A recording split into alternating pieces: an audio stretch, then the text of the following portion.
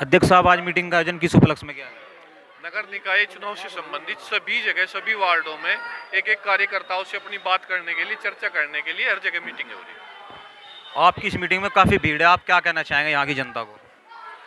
जनता का बहुत बहुत शुक्रिया। और जनता की भीड़ तो वोट में तब्दील करनी, यही सबसे बड़ा हमारा मिशन है। और भारतीय जनता पार्टी की योजनाओं का लाभ इतना मिल रहा मुस्लिम समाज को, हमारे समाज को, कि वो लोग समझ चुके हैं। और वो अब भारतीय जनता पार्टी का नगर निकाय चुनाव में, नगर पार्षदी में भी दोबारा से फिर बहुमत में सरकार लाना चाह रहे हैं। अध्यक्ष साहब, ऐसा माना जाता है कि आवास योजना में घोटाला हो रहा है, उसके बारे में क्या कहना चाहेंगे? कोई ऐसा घोटाला नहीं हुआ।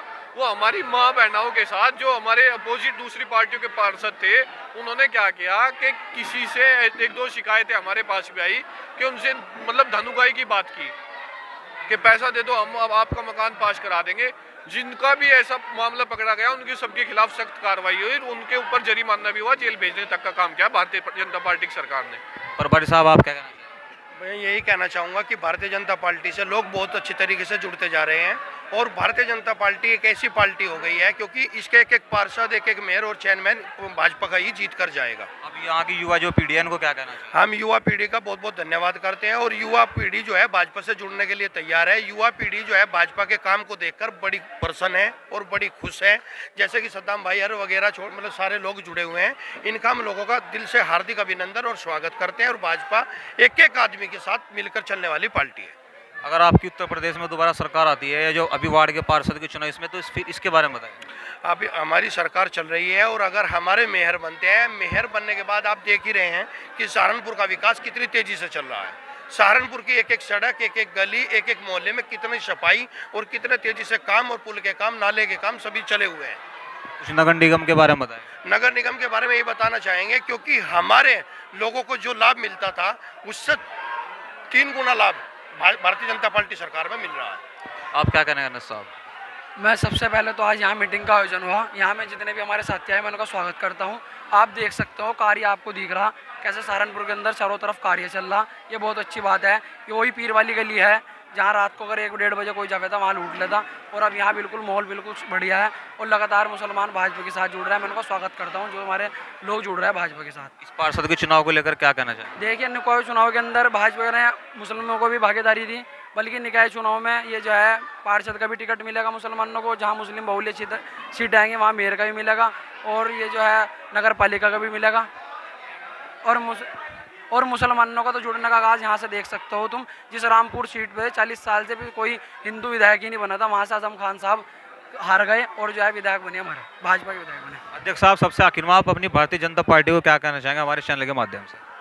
भारतीय जनता पार्टी का धन्यवाद करना चाहूँगा कि हमारे मुस्लिम भाइयों को आप लोगों ने इतना सम्मान दिया, इतनी योजनाओं का लाभ दिया कि आज तक कोई सरकार दे ही नहीं पाई थी।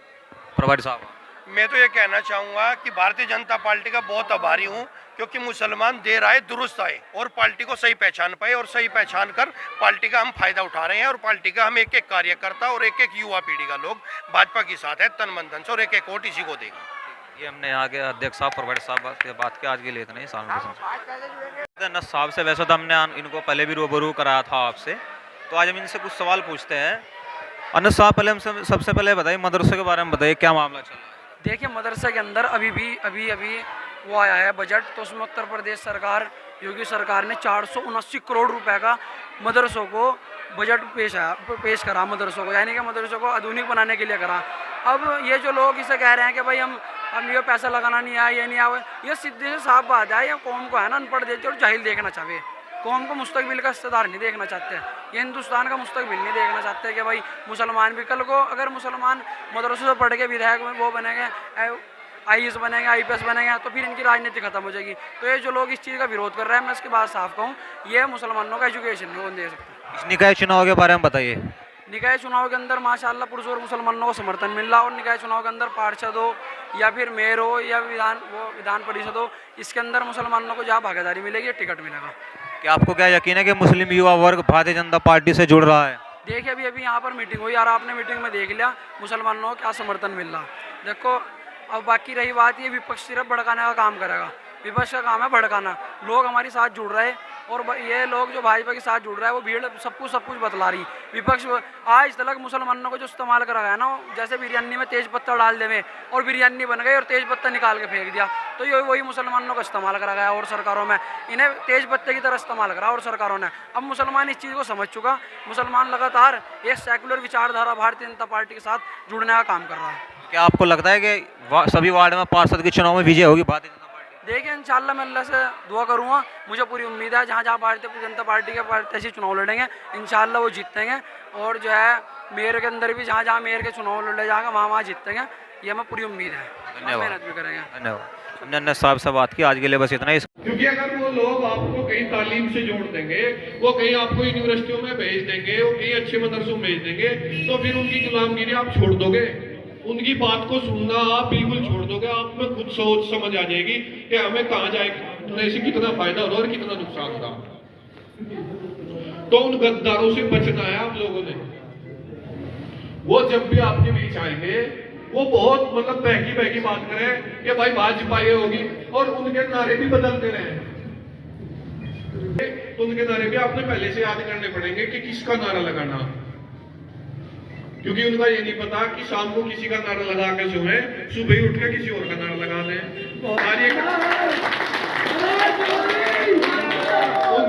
उनके कार्यकर्ता ही चिंतित रहे कि सुबह नेताजी की पता नहीं कहां सूचना मिले कि भाई वो तो फला पार्टी में चले गए, और फिर खड़े होगा खुद ही गाली देंगे, बस सालों बहन चो दो। ये आवाम है, अब ये समझ चुका, अब तुम्हें डरने की किसी को भी जरूरत नहीं है।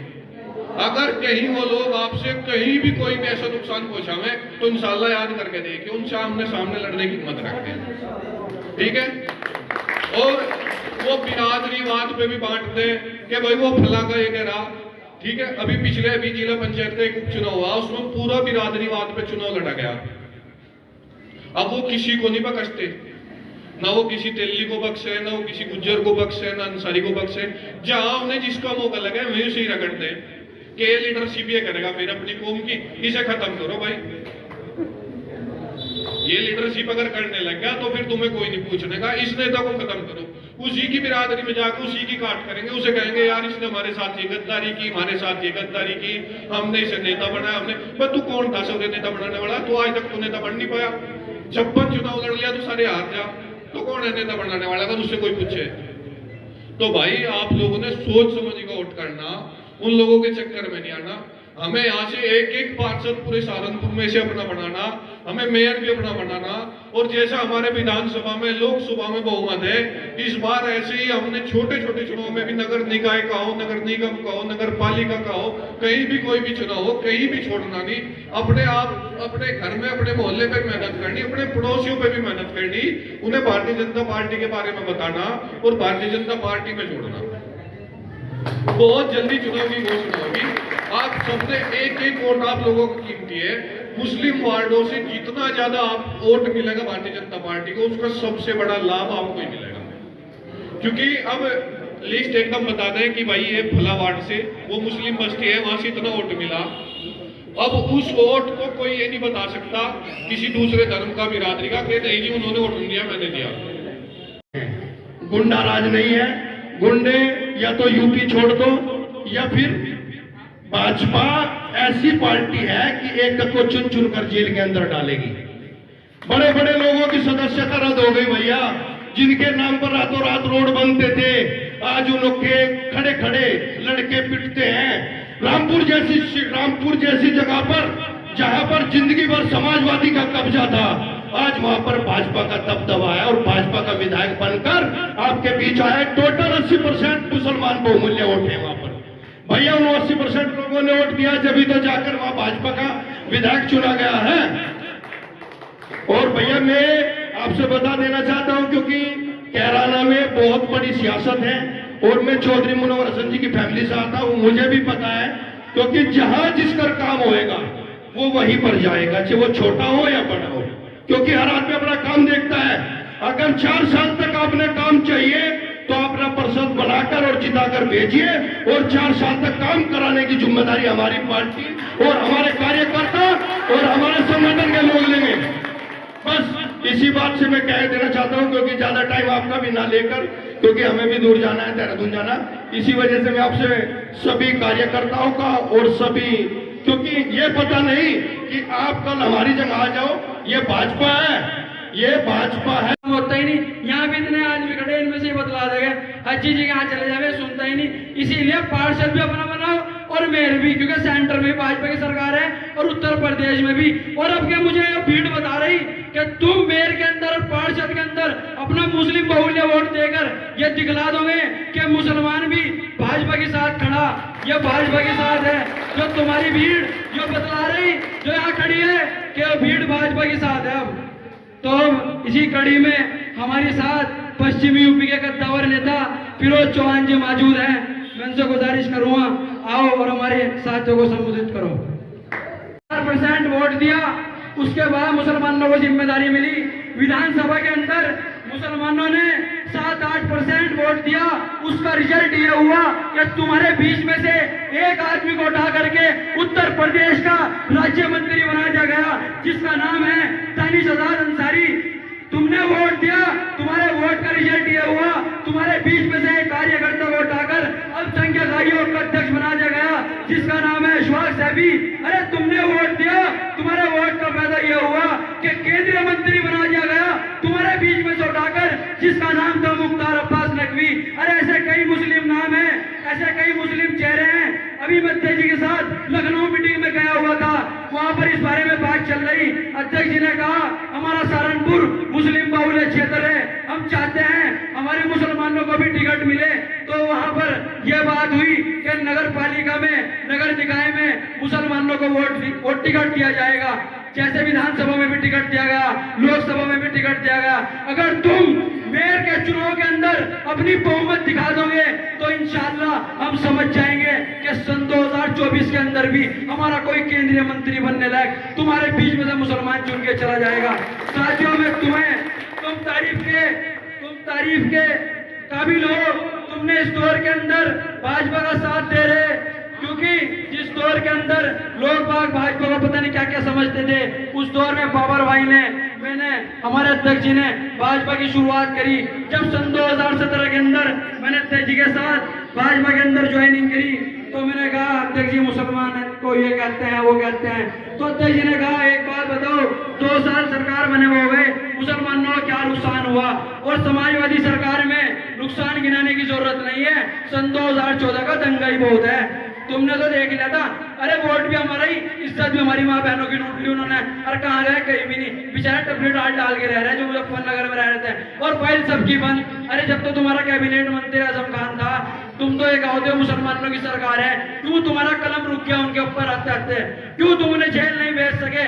मगर साथियों, जैसे ही 17 के बाद सरकार बनी, वो ऐसा कलम चलाया भाजपा ने, चाहे वो कोई था, वो जेल के अंदर चला गया। तो साथियों, हमारे सद्दाम भाई की पूरी टीम का हम स्वागत करते हैं, उन्होंने इस प्रोग्राम को बनाया। हमारे शहनवाज भाई का हम स्वागत करते हैं, उन्होंने इस प्रोग्राम को बनाया। और तुम सबका स्वागत करते हैं कि तुम यहाँ आए, तुमने हमारा मनोबल बढ़ाया, हमारे अध्यक्ष जी का मनोबल बढ़ाया। हम तुम्हारे शुक्रगुजार हैं। साथियों, इसी तरह अपनी भीड़ को आप वोट में बदल देना। बहुत बहुत शुक्रिया सभी साथियों का। सद्दाम भाई।